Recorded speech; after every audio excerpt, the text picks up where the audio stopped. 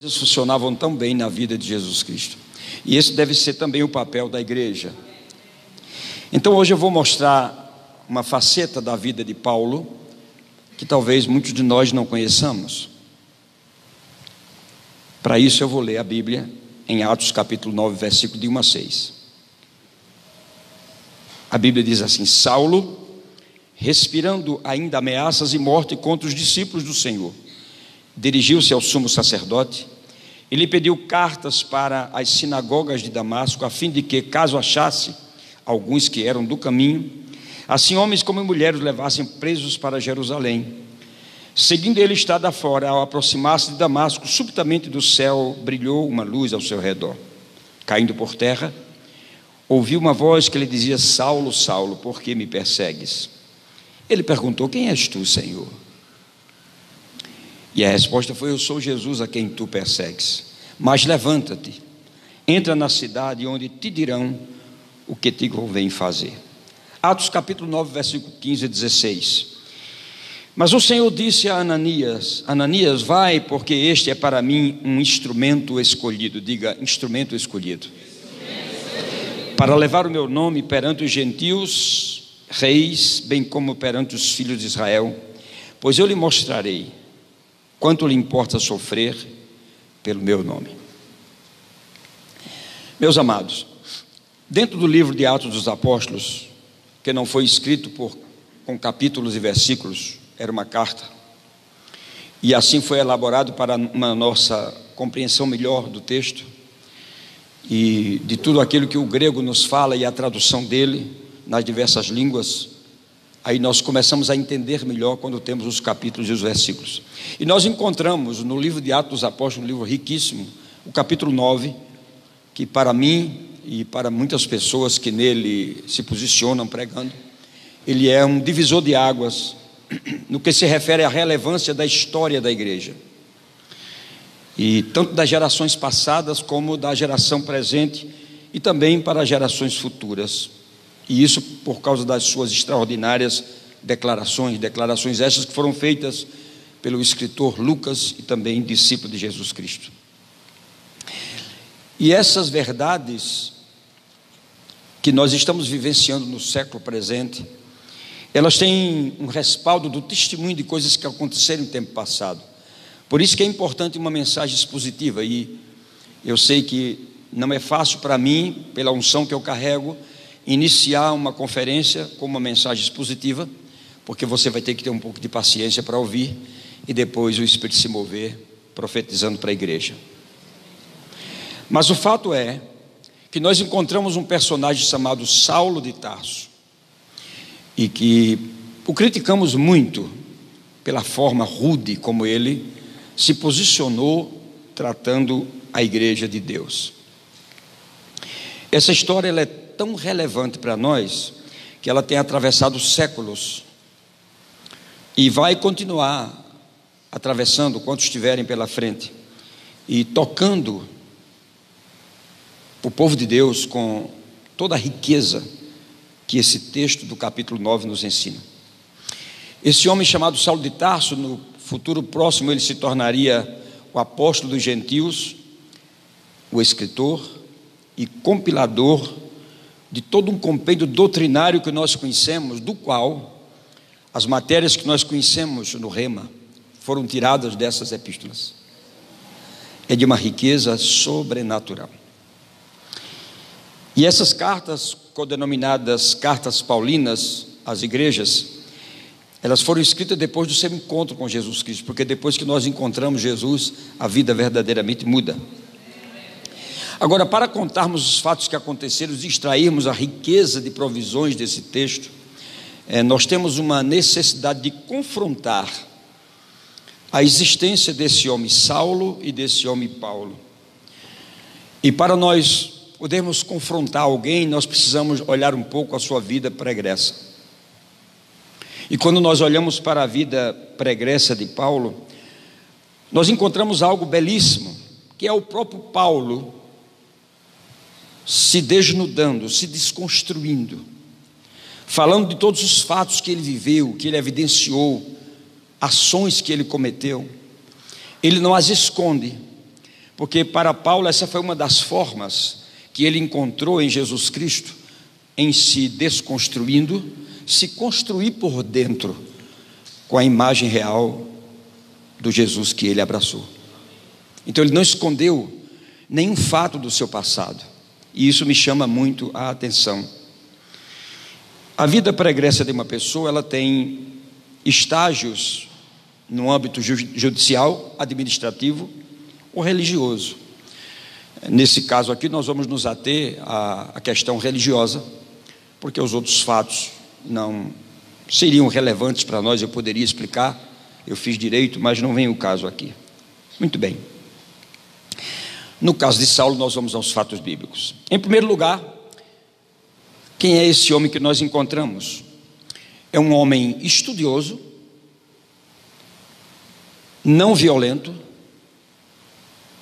cordato, participante do corpo discente de uma das maiores escolas de todos os tempos em Israel. Através dessa escola ele se torna um grande mestre,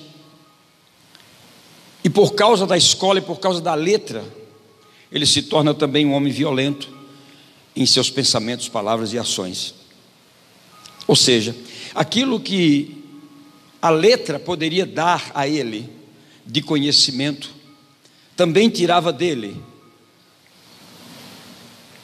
a perspicácia de entender o cunho profético de tudo aquilo que vinha desde a primeira família que foi gerada em Abraão. E ele, conhecedor da lei como ninguém, ele próprio diz que ele era zeloso quanto à lei. E eu quero te mostrar nessa noite que Paulo era crente, Saulo era crente mesmo, não era brincadeira. Ele era crente como muitos de nós ainda não somos. E ele conhecia fatos extraordinários da história. Ele sabia que Deus é o Deus do impossível e o Deus do improvável, o Deus que pega 4 mulheres com a madre fechada, e com essas 4 mulheres de madre fechada, ele abre essas madres e forma uma nação inteira, trazendo mudanças extraordinárias. E se nós formos à carta que ele escreveu aos Filipenses, no capítulo 3, se você puder abrir lá, nós vamos encontrar o primeiro momento onde ele está se desconstruindo, contando fatos da vida dele. E ele diz, no capítulo 3 de Filipenses, versículos 5 e 6, ele diz: eu fui circuncidado ao 8º dia. Isso aqui não era brincadeira. Alguém, para ser circuncidado, era verdadeiramente necessário participar de algo na religião muito relevante. Ele diz que foi circuncidado ao 8º dia, que ele era da linhagem de Israel. Nós não vamos ter muito tempo para explicar tudo isso para vocês.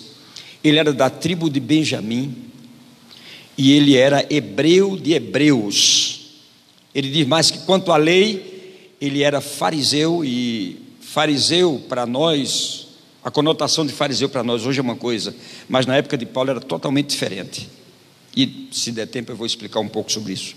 Ele diz: quanto à lei, fariseu; quanto ao zelo, perseguidor da igreja; quanto à justiça que há na lei, irrepreensível. Ou seja, ele cumpria à risca. Você percebe que de sua origem ele também discorre nos textos que escreveu, que ele era de Tarso, que era uma região da Ásia Menor, hoje chamada Turquia. Também romano, por ter nascido em Tarso, do lado de dentro dos muros da cidade, era cidadão romano. Então esse homem tinha um pedigree como poucos homens, e de descendência hebreia, pois era da tribo de Benjamim também, e ele se julgava alguém por isso. Judeu de sangue, cidadão romano. E uma informação teológica extraordinária para nós, que quando ele fala que ele era circuncidado ao 8º dia, conforme o costume que acontecia, isso me diz que ele era um homem temente a Deus, Porque ninguém que era temente a Deus se subjugava, ou as famílias levavam os filhos a isso. Tinha que ser temente a Deus. E Paulo, ou Saulo de Tarso, era um homem temente a Deus. Isso nos diz também que Saulo de Tarso trazia na sua carne a marca da aliança de Abraão. Isso também não é brincadeira.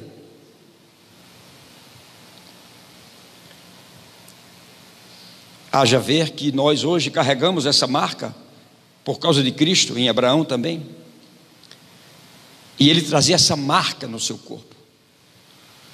Num certo momento ele diz: eu quero levar o resto das marcas de Cristo, porque as marcas da aliança ele já tinha, mas agora ele precisava das marcas de Cristo também. Toda a descendência de Abraão foi circuncidada. João Batista foi circuncidado. Jesus foi circuncidado. Saulo de Tarso também foi circuncidado. Então esse perseguidor da igreja que nós conhecemos, Saulo de Tarso, ele traz no seu corpo a marca de Deus, mas é um perseguidor. No livro de Gálatas nós temos algumas informações impressionantes também. No capítulo 1, se você puder abrir lá, abra, versículo 13 e 14, a Bíblia diz assim, ele mesmo diz: porque ouvistes que foi o meu proceder, ouvistes qual foi o meu proceder, outrora no judaísmo, como sobremaneira eu perseguia a igreja de Deus e a devastava, ou seja, eu a destruía. E na minha nação, quanto ao judaísmo, avantajava-me a muitos da minha idade, sendo extremamente zeloso das tradições dos meus pais. Então ele levava muito a sério isso. E ele diz aqui que com relação ao judaísmo, à lei e a tudo que ele aprendia, na idade dele não tinha ninguém que chegasse ao conhecimento que ele tinha. Então na idade dele ele era um super inteligente. Em Atos capítulo 22, eu disse que era uma mensagem expositiva, por isso que nós temos que buscar a palavra para nós entendermos. Ele diz também no capítulo 22 de Atos, versículo 1 a 3: irmãos e pais, ouvi agora a minha defesa entre vós. Quando ouviram que eles falavam em língua hebraica, falava muito bem, guardaram ainda mais um silêncio. E ele continuou: eu sou judeu, nasci na cidade de Tarso, na Sicília, criei-me na cidade e aqui fui instruído aos pés de Gamaliel, segundo a exatidão da lei dos nossos antepassados, sendo zeloso para com Deus, assim para com todos vós até o dia de hoje. Então ele se gabava do mestre que ele possuiu. Quando ele diz que era zeloso, ele está falando que o zelo dele era por Deus mesmo. E ele está dizendo que seguia a lei à risca. Ele se considerava um fariseu nato e mestre, ao ponto de desobedecer ao seu próprio mestre, porque teve um espírito, abra seus ouvidos, independente em um certo momento. E qual era o peso que Paulo trazia quando ele dizia que era discípulo de Gamaliel? É porque haviam duas conceituadas escolas em Jerusalém, escolas rabínicas, onde exatamente os adeptos do farisaísmo tinham o privilégio de estudar, e eles colocavam também seus filhos. E uma era a escola de Shammá, que era um rabino bem antigo, e a outra era a escola do rabino Hilel. E Gamaliel era neto de Hilel. Gamaliel foi o continuador da escola de Hilel, e ele era um dos mais privilegiados. Ele era um homem extraordinário, Gamaliel, e era fariseu. E Paulo diz: eu fui criado aos pés de Gamaliel. O que é que significa quando Paulo diz eu fui criado aos pés de Gamaliel? Você lembra que um dia João Batista, quando viu Jesus, ele deu um testemunho. Ele disse: após mim vem aquele que é mais poderoso do que eu, do qual não sou digno de, curvando-me, desatar-lhe as sandálias dos pés. Isso não é um texto que mostra simplesmente a humildade de João. João era humilde, mas esse texto quer dizer uma outra coisa. É que os alunos de Gamaliel, principalmente aqueles que se destacavam no estudo, eles tinham o direito de passar um período de tempo com o mestre, e ao deitar o mestre, eles desatavam a sandália dos pés, e ao acordar o mestre, eles tinham o privilégio de atar as sandálias. Isso dizia que ele era um dos melhores alunos daquela escola. E pasmem os senhores e senhoras que João está dizendo: eu não sou digno, ou seja, eu não podia nem ser discípulo de Jesus. Enquanto isso, Saulo está dizendo: eu sou top. E a tradição judaica sinaliza como melhor aluno o aluno que passasse por esse processo. Então, lá estava ele dizendo: eu fui criado aos pés de Gamaliel, e ele se gabava com relação a isso. E nós vamos ver onde é que vai dar isso. Muito bem.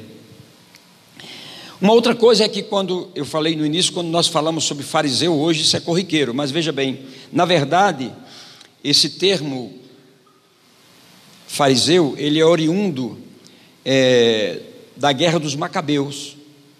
Quando os Macabeus tentaram tomar o império, e foi uma confusão muito grande, então um grupo de pessoas se reuniram, entre eles Gamaliel e toda a descendência, e criaram a seita dos fariseus. E o que significava isso? Era um povo que estava pronto a qualquer custo a guardar a lei de Moisés intacta. O que não aconteceu no exílio. 12 tribos se perderam, só 2 tribos se conservaram. E os fariseus se juntaram exatamente para isso, para guardarem aquela lei. Essa lei que Saulo está dizendo que por ela ele mataria. Ele não pensaria 2 vezes. Então, os macabeus trouxeram essa revolta, e aí esse grupo de pessoas se reuniu, formaram essa religião chamada os fariseus, e eles eram defensores da palavra a todo custo. Hoje o termo é pejorativo. É a mesma coisa dizer assim: o irmão é crente, mas o testemunho dele não é bom. Mas em tempos passados, crentes tinham testemunhos. Eu quase morri queimado, porque era chamado de bode, nos lugares que fui missionário por 10 anos na missão evangelizadora do Nordeste. Dormi na cadeia por causa do evangelho. Mas hoje tem sido um pouco diferente, e se torna exatamente um termo pejorativo, porque quando Jesus está lá, os fariseus já não são mais os mesmos fariseus. Eles já estão pedindo para as pessoas fazerem o que eles não fazem. Por isso que Jesus reprovava os fariseus. Se nós formos ao capítulo 5 de Atos, lá está narrado também que Gamaliel, como fariseu, tinha uma cadeira cativa e era muito privilegiado pelo seu caráter, pelo tipo de vida que ele tinha, né? Então, quando nós olhamos toda essa história, enquanto esse jovem, e agora eu quero começar a pregar para terminar, enquanto esse jovem Saulo de Tarso está na escola de Hilel, aprendendo sobre a lei e reciclando tudo aquilo que eu já vinha desde os 12 anos sabendo, enquanto esse jovem está aprendendo mais, ainda como uma pessoa mansa e suave, mas já começa a ouvir alguns requisitos de coisas que estão acontecendo, de um nativo nascido em Belém, mas chamado de Galileu. Mas Jesus não era Galileu, porque ele não nasceu na Galileia.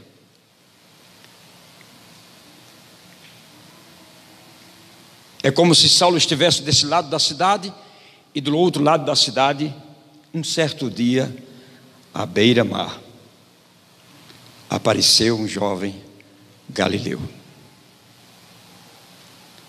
Ninguém podia imaginar que alguém pudesse amar do jeito que ele amava. Seu jeito era simples de conversar, mas ele tocava o coração de quem o escutava. O seu nome era Jesus de Nazaré, e sua fama se espalhou, e todos vinham ver o fenômeno do jovem pregador que tinha tanto amor. Se do outro lado da cidade alguém está se preparando para ser zeloso na lei e levar à risca, do outro lado tem alguém que conhece a lei, mas conhece a linha profética que a lei traçou ao longo dos anos.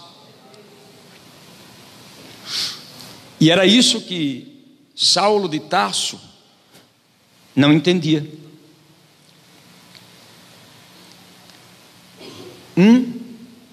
Extraordinário nas línguas, versado nas escolas melhores de Jerusalém. O outro, um filho de um carpinteiro. Só que esse filho do carpinteiro, ele trazia uma mensagem. E qual era a mensagem que esse homem trazia? Salvação, restauração, vida eterna com Deus.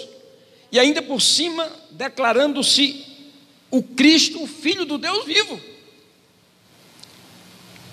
Agora eu queria que você ouvisse bem o que eu vou dizer para você. O quanto isso era confuso para Saulo de Tarso. Porque esse homem que é morto e que ressuscita, ele morre de uma forma que é uma afronta para Saulo. A Bíblia diz que ele foi pendurado no madeiro, e a Bíblia diz que todo aquele que era pendurado no madeiro era maldito. E agora Saulo, que está saindo da universidade, cheio da lei, de todo conhecimento, ouvir que alguém que era maldito, que passou por uma cruz, era salvador. Inaceitável. Você entende? Como pode? Foi o próprio Deus que disse: maldito todo que for pendurado no madeiro. E agora esse homem está dizendo que é o Salvador, que tem vida eterna, e ele tem um grupo de pessoas que está pregando essa coisa. Então eles são hereges. Eu vou matá-los.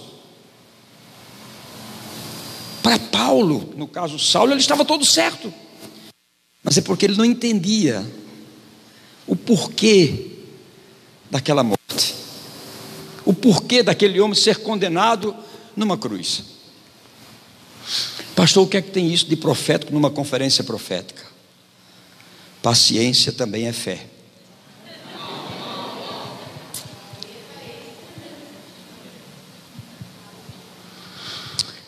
Aleluia.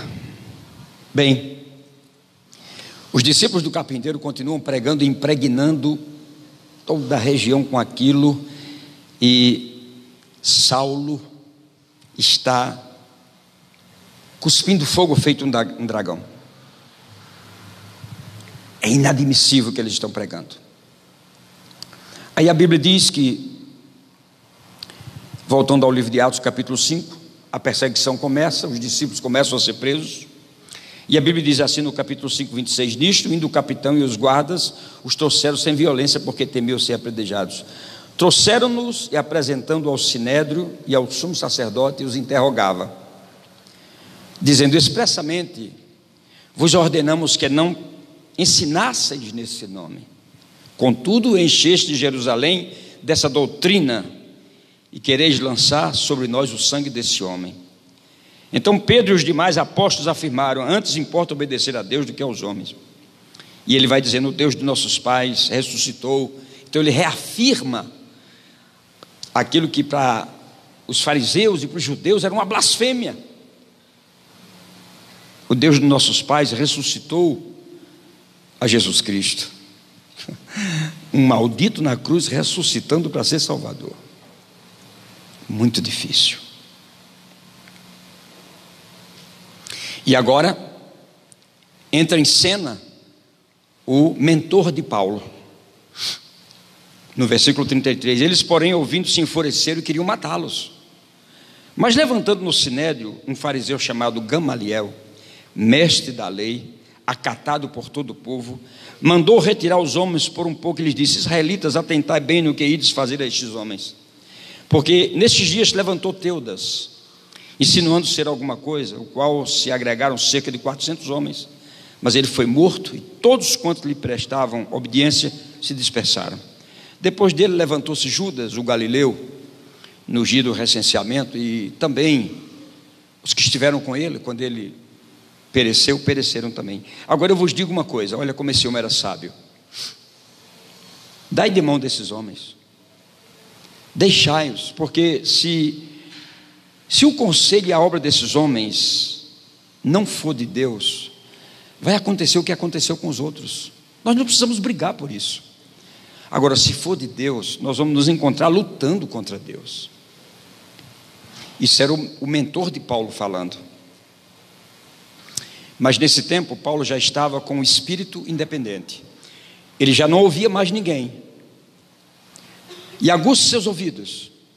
Quando chega o momento que você não escuta mais ninguém, esse é o momento do céu entrar em cena.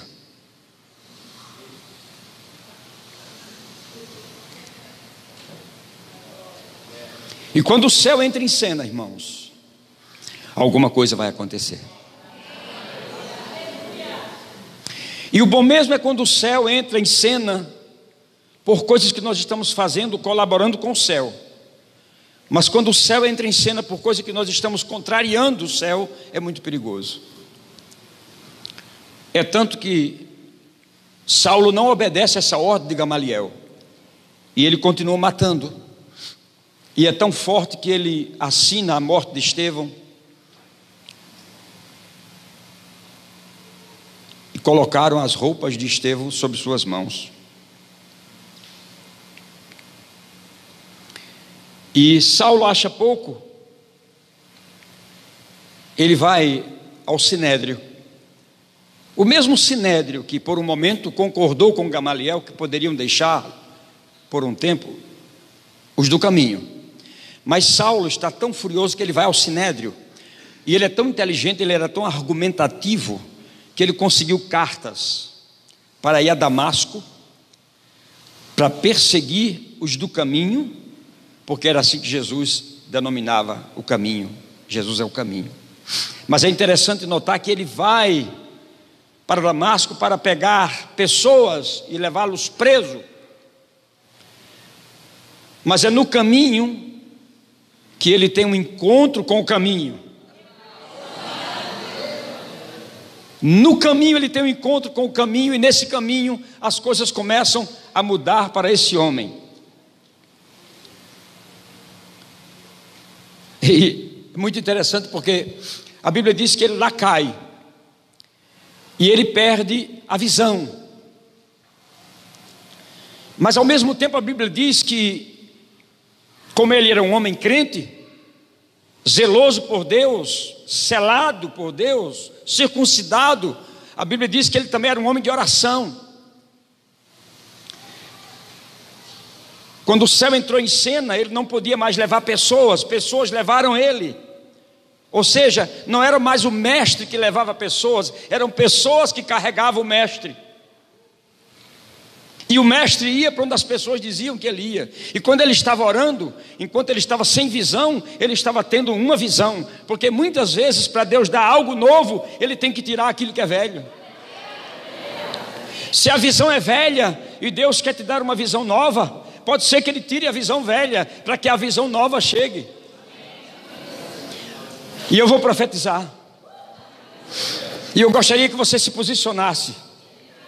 E eu vou lhe dizer como é que eu ensinei meu povo a se posicionar e ficar de pé mesmo para receber.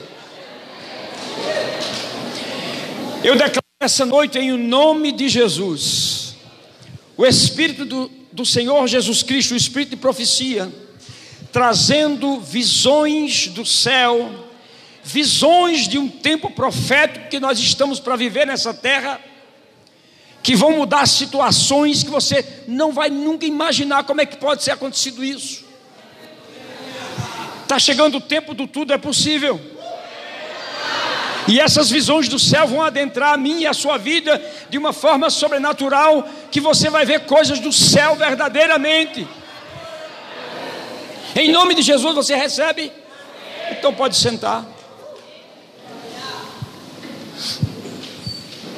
Outra lição que nós tiramos desse texto, irmão, é que muitas vezes nós estamos pensando que estamos fazendo coisas para Deus, e Saulo pensava que ele estava fazendo algo para Deus, mas ele estava fazendo contra Deus. E essa é uma coisa que nós precisamos ter cuidado. Todas as vezes que formos fazer alguma coisa, nós devemos entrar em ebulição com Deus, em oração com Deus, fazer um jejum, buscar dele respostas para não andarmos errados.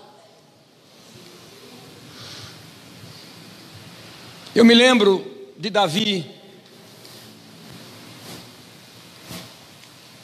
Davi, quando assumiu o reino de Israel, Israel tinha 9.850 quilômetros.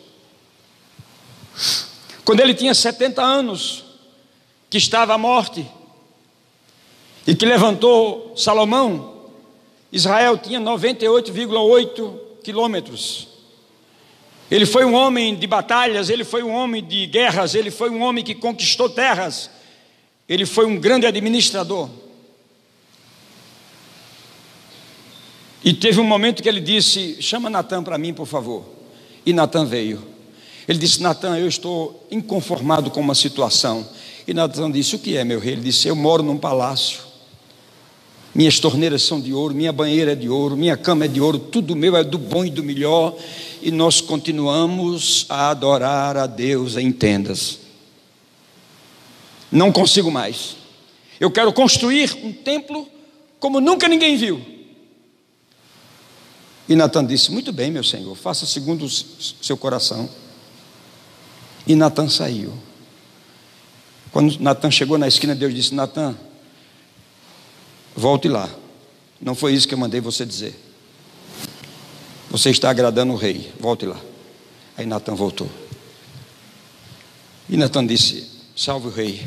Seu rei, me perdoe, mas o que eu tenho para dizer para você não é aquilo que eu disse. Faça segundo o seu coração. Você é um homem que tem muito sangue nas mãos, pelas conquistas que você fez. Então você não vai construir o templo, mas o seu filho pode construir o templo. E eu gosto de Davi, porque ele disse: não tem problema. A questão não é quem vai construir, é para quem nós estamos construindo. Aleluia. Eu estou falando com alguém aqui nessa noite. Ele disse: eu vou pegar parte do tesouro do reino e do meu próprio tesouro e vou deixar para Salomão.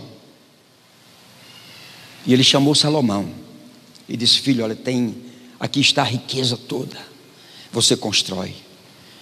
Salomão, altamente inteligente, pensou: mas que negócio é esse que meu pai está botando na minha mão? Se meu pai tivesse me dando um reino falido, se eu conseguisse uma barra de ouro, era um sucesso.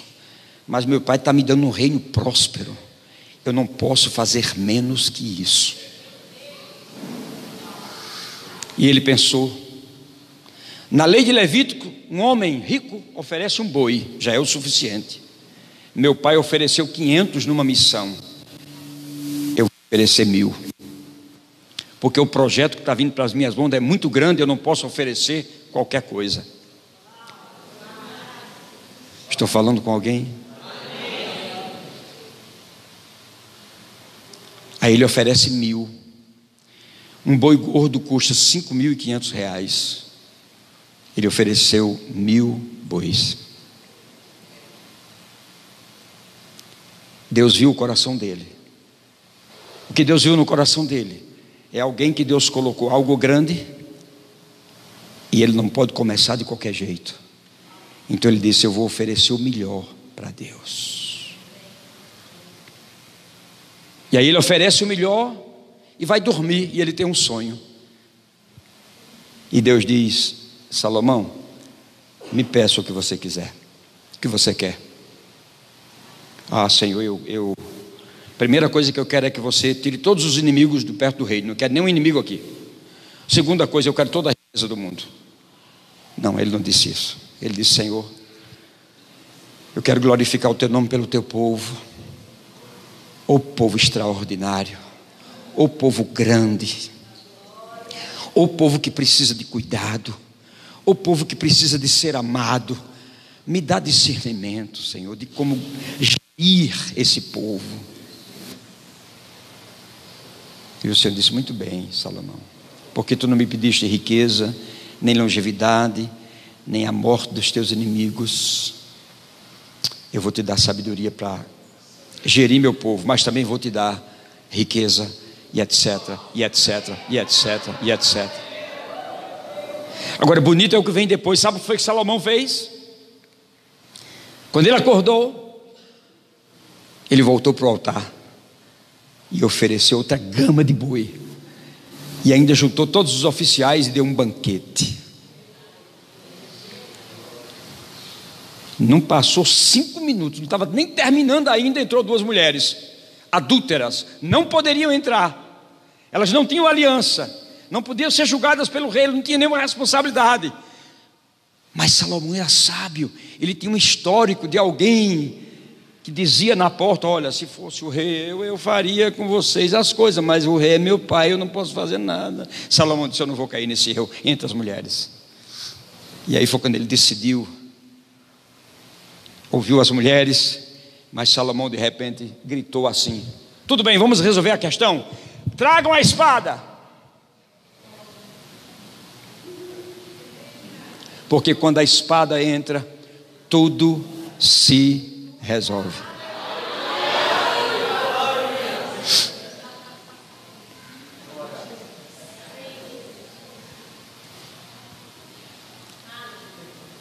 Uma outra vez, atenção mídia, uma outra vez, Davi.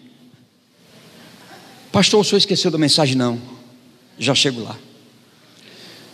Eu gosto de falar de Davi porque ele era um homem tão extraordinário, não obstante ter tanto poder nas suas mãos, mas ele estava sempre dizendo: Senhor, como é que eu faço? Eu sou um estrategista de guerra, eu tenho um exército, eu conquistei terras, mas Senhor, como é que eu faço? Aí um certo dia, né, mídia, a Bíblia diz que, deixa eu abrir para você, irmão, esse texto você não pode perder, abre.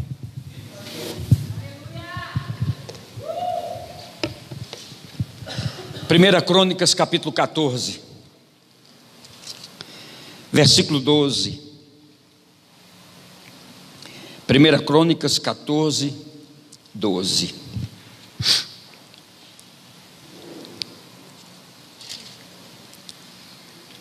Os filisteus deixaram lá os seus deuses. Davi ordenou que fossem queimados. Davi tinha tido uma vitória. De novo, versículo 14, Davi consultou a Deus e Deus lhe respondeu. Ele novamente procurou o Senhor para saber como ele ia para essa nova batalha. Ele era assim. Aí o Senhor disse: não vá por detrás deles, mas rodeie por detrás deles e ataque-os por diante das amoreiras. Agora preste atenção. Quando você, Davi, ouvir um barulho de marcha, quando você ouvir um barulho de marcha sobre a copa das árvores, irmãos, você já imaginou isso?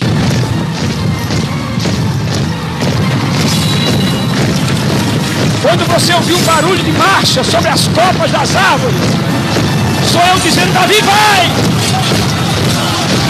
Fica de pé mesmo, deixa eu dizer uma coisa para você. Eu declaro e profetizo em nome de Jesus, que se você tiver a mesma consciência que Davi teve, de buscar ao Senhor em seus empreendimentos, os seus ouvidos espirituais vão estar tão aguçados, que você vai ser capaz de ouvir os exércitos de Deus marchando sobre a sua cabeça, dizendo: é a hora de você ir. Quantos creem? Quantos podem levantar a mão e orar um pouco agora ao Senhor, agradecendo por essa palavra? Louve a Deus, louve a Deus, louve a Deus por essa palavra. Oh, bendito seja o teu nome, Senhor. Eu ouço barulhos. Coloca novamente, irmão, coloca novamente para a igreja ouvir o barulho. Vamos ouvir o barulho dos exércitos caminhando. Oh, bendito seja o nome do Senhor. Davi, quando você ouviu os exércitos na copa das árvores, sou eu dizendo: Davi, vai! Oh, Rama sobre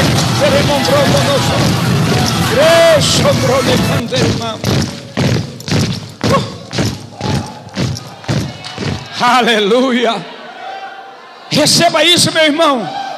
Aguste os seus ouvidos espirituais para você ouvir o céu marchando, trabalhando a seu favor.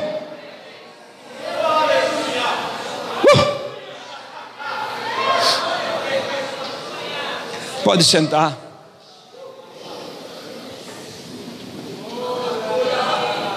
Irmãos, não tem nada melhor do que você conhecer a linha profética da palavra. 3 dias, pedra na porta do túmulo. Pastor, o senhor não vai falar mais sobre Tarso e sobre Paulo? Vou daqui a pouco. Mas a pedra está lá, 3 dias a pedra está lá. Aí Maria vai no túmulo, a pedra não está.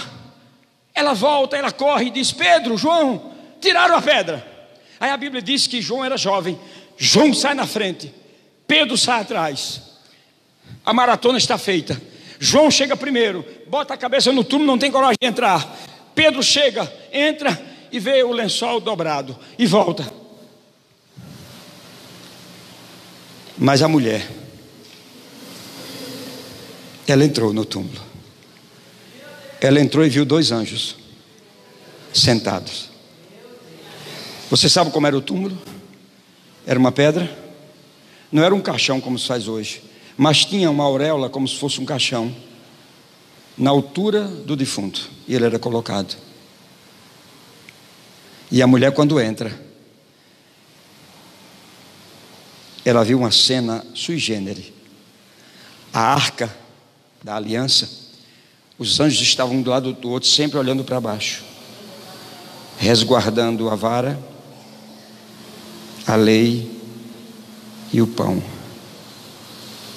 Mas na hora que aquela mulher entrou, os 2 anjos já não estavam olhando para baixo, mas olhando para ela, como que dizendo assim: o pão da vida se levantou, a vara está florescendo e a palavra está saindo.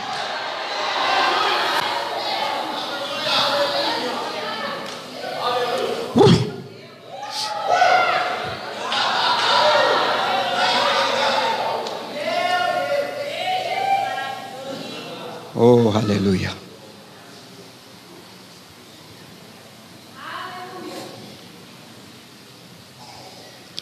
Diga: Deus é bom. O homem cai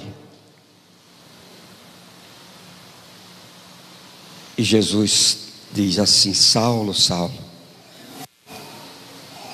quem és tu, Senhor? Eu sou Jesus que tu persegues. Cadê o tecladista? Eu acho lindo isso, irmão, sabe por quê? Porque é tão normal. Se eu não conhecesse o pastor Marcelo e eu fosse apresentado a ele, eu dizia: boa noite, pastor Marcelo, meu nome é Januíde de Araújo, um prazer imenso conhecê-lo. Não é assim? Pode sentar. Mas Deus nunca chegou para ninguém dizendo: eu sou Deus, meu nome é Jeová. Ele diz assim: fulano, fulano. Sabe por quê? Porque eu posso estar conhecendo ele naquele dia, mas ele já me conhece antes da fundação do mundo. Então ele me trata como alguém que ele já conhece. Samuel, Samuel. Você sabia que nós viemos muito antes de tudo ser formado? Ele nos tirou dele antes da fundação do mundo. Quando nada existia, eu estava nele. Aí um dia, ele me gerou nele, ele me tirou dele.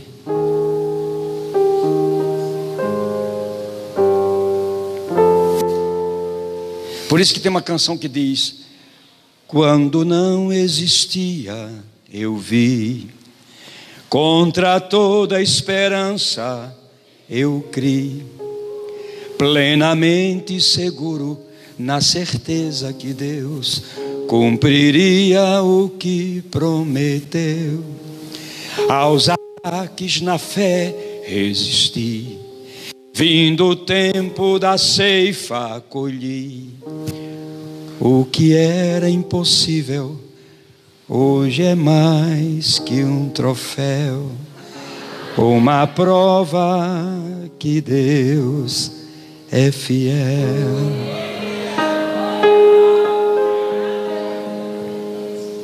Ele me viu antes, e agora esse homem que tem todo conhecimento cai por terra e diz: Saulo, Saulo. E ele diz: quem és tu, Senhor? O homem estava na lei, na letra, mas dentro dele,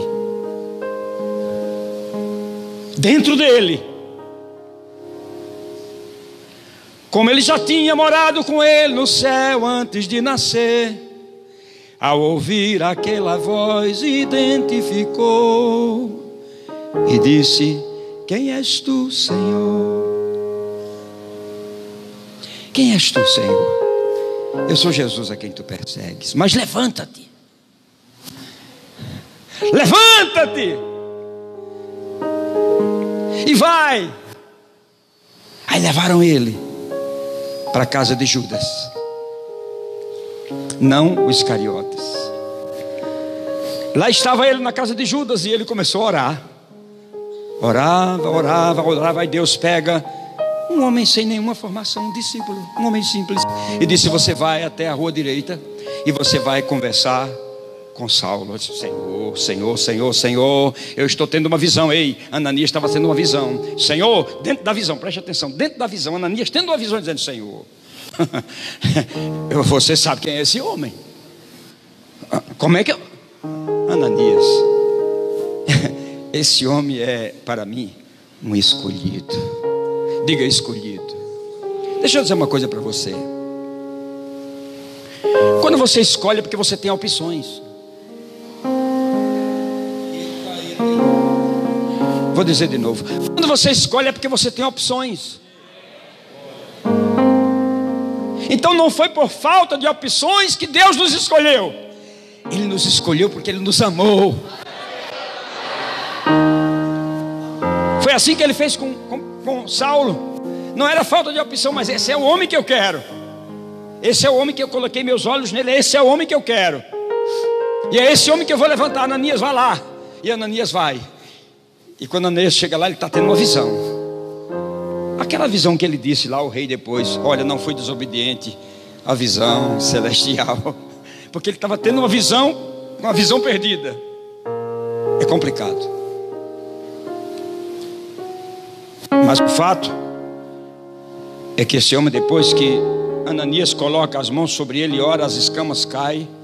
No outro dia, ele já está pregando que Jesus é o Cristo. Ou seja, de repente, a linha profética da palavra é como se ele dissesse assim: mas como é que eu não pensei nisso?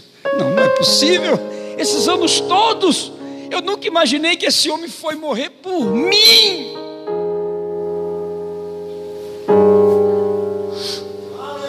E a vida desse homem mudou completamente, totalmente. Nada ficou igual. Porque ele teve esse encontro glorioso. Oh, irmãos, eu desejo que os meus colegas que vão pregar depois de mim preguem bem melhor que eu, profetizem muito mais do que eu.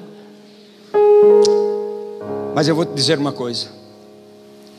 Eu vim aqui nessa noite exatamente para dizer a você que se nós não discernirmos a linha profética da palavra, nós vamos estar com a palavra todos os dias e não vamos entender muita coisa que está para acontecer.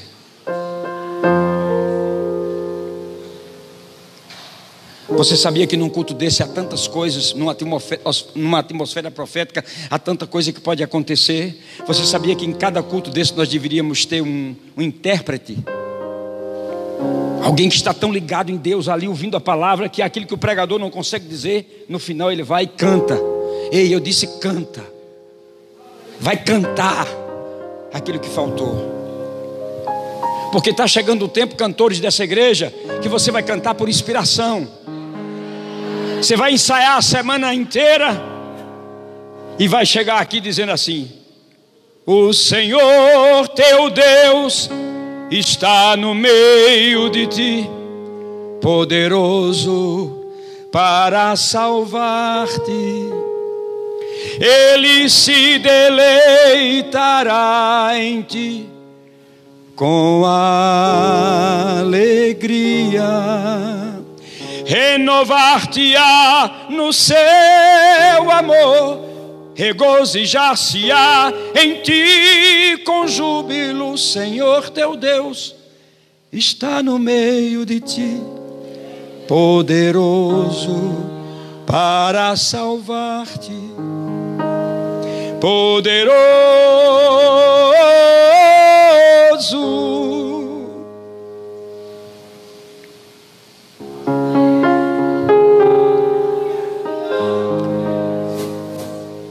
Quando você começa a entender a linha profética, você começa a viver um novo tempo como crente na sua vida. Escute isso. Jesus chegou e Lázaro estava morto,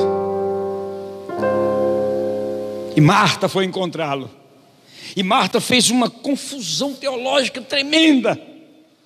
Ela disse: Senhor, se tu estiveras aqui, meu irmão não teria morrido. Mas eu sei que tudo que você pedir a Deus, Ele faz. Jesus disse: sim, Marta, Lázaro vai ressuscitar. Ela disse: eu sei, no último dia. Olha a confusão. Primeiro ela diz assim: se tu estiveras aqui, ele não teria morrido. Ela botou Jesus no passado. Mas ela disse: mas eu sei que tudo que você pedir Ele faz. Ela coloca Jesus no presente. Sim, eu sei, Ele vai ressuscitar no último dia. Aí ela bota Jesus no futuro. Sabe que muitas vezes nós fazemos assim nas nossas orações?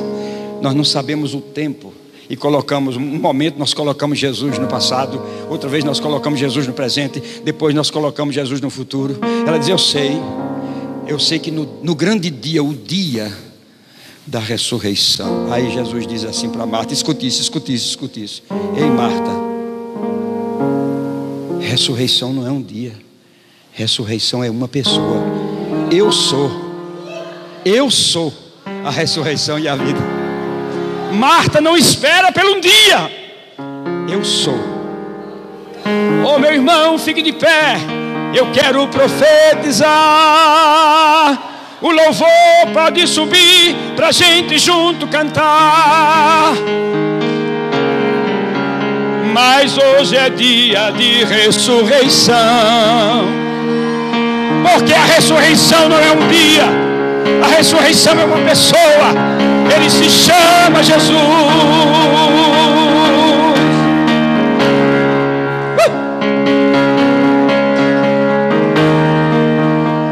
E eu acredito que vocês prepararam uma canção para cantar. E eu não quero quebrar o protocolo. Então eu vou deixar vocês cantarem, para depois eu orar pelo povo. Vamos cantar com eles. Ei, diga para o seu vizinho: ressurreição não é um dia. Diga: ressurreição é uma pessoa. Diga: o nome da ressurreição é Jesus. E hoje à noite, diga: hoje à noite, alguns sonhos podem ressuscitar. Diga: hoje à noite, projetos podem ressuscitar. Hoje à noite, casamentos podem ressuscitar. Hoje à noite, filhos que estão mortos espirituais podem ressuscitar. Saulo, Saulo, quem és tu, Senhor? Eu sou a ressurreição e a vida. Ressurreição não é um dia, é uma pessoa. Vamos cantar, canta, canta, canta. Tu eras a palavra, o cordeiro. Levanta tuas mãos, levanta tuas mãos, levanta tuas mãos. Oh, aleluia. O mistério de sua glória, Cristo em ti se revelou. Oh, quão lindo esse nome é! Oh, quão lindo esse nome é! O nome de Jesus.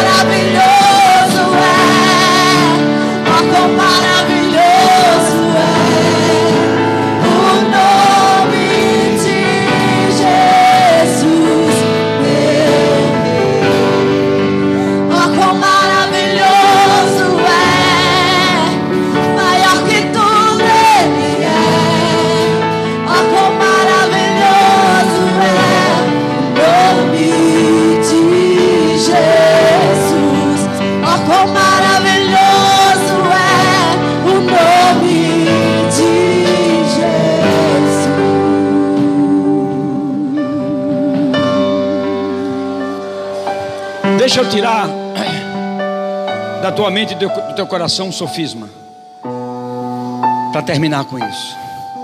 Homens que encontram-se com Deus. Gideão. O anjo diz: Gideão, homem valente.